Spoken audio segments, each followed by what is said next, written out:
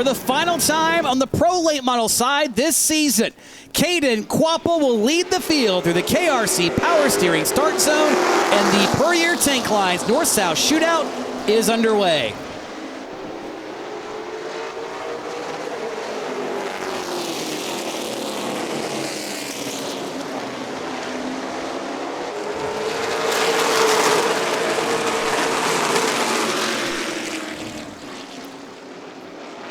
Kvapil extends the lead as he goes down the back straightaway. Parts ride, but Brandon Setzer is not going to let him take it very easily. Yellow, yellow, yellow, yellow.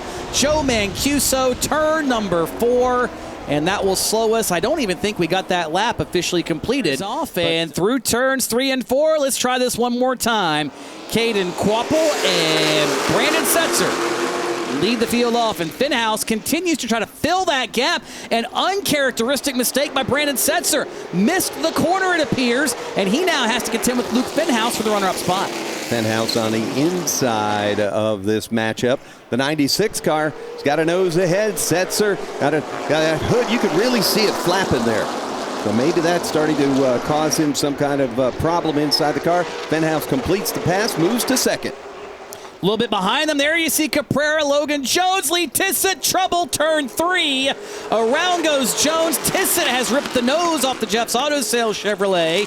And for the 3rd time in this one, we are under yellow again. And through the KRC Power Steering Restart Zone we go. Pull, spin the tires. Caden Kvapil and Luke Finhouse. And the drag race in the first turn is going to be won by Wisconsin's Luke Finhouse, as will the race off turn 2. But yeah, stand by. I thought Race Control may have had a comment about that restart. For the moment, we stay green. Yeah, I think you were right about the tire spin. I don't think it was anything else. But Kvapil's already moved to his inside, and the 35 moves past the 96. Kvapil and Finhouse and MacDonald now in 3rd. At least compared to that 6 car behind him. There you see it again. So things may be going away on Luke Finhouse here in the mid stages. So you're saying the 6 car is getting faster as the race goes on. Isn't that like when Swalich is in that car usually? He just no, because that car's fast the whole race. The whole way. Yeah, you're right. Well, here goes Setzer. He makes the move and he brings MacDonald with him. Setzer across. He'll be 2nd behind Kvapil. And MacDonald moves to 3rd. Finhouse going to see if he can find a comfortable spot to stay ahead of Caprera. I'm really starting to wonder if there's a tire going down or something bad wrong with Luke Finhouse's car, because that thing has gotten evil loose on entry, Lenny, is what it looks like. Luke Finhouse down to the attention of the Highlands Motorsports crew, and James Pike is down that direction. James, what do you see? But we see there's an entire coilover assembly, Lenny. They are changing the entire shock and spring on Luke Finhouse's car.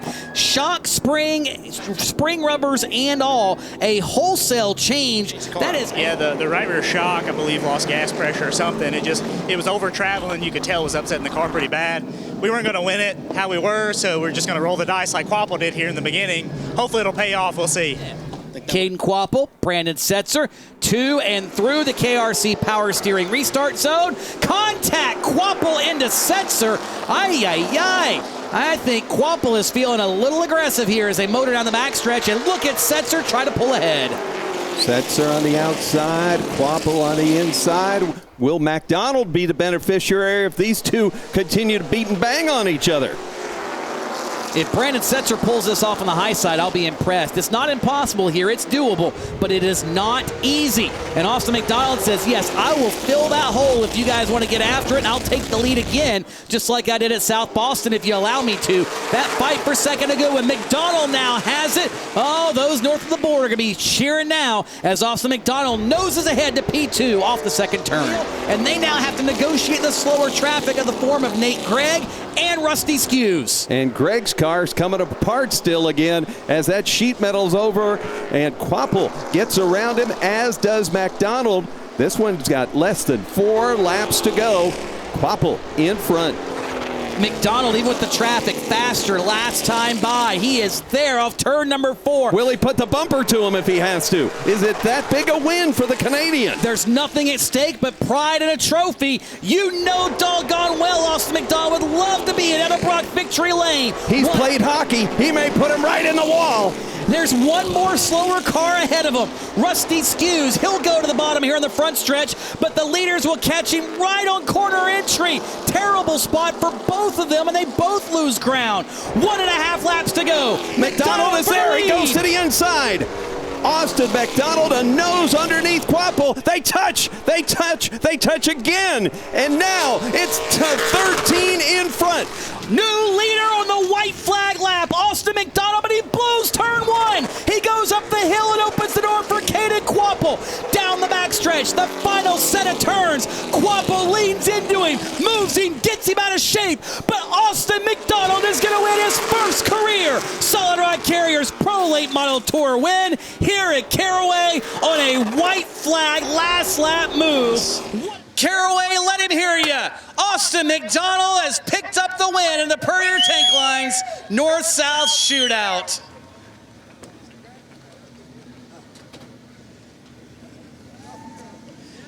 Gets congratulations from the team.